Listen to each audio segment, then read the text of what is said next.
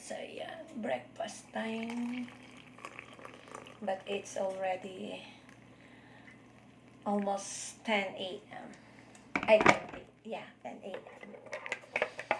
So let us have our coffee time, breakfast time.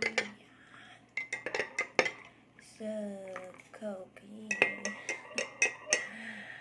So yan ang mga pinagawa natin dito in Canada Life.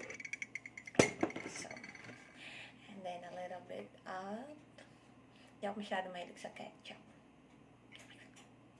Kaya konti lang.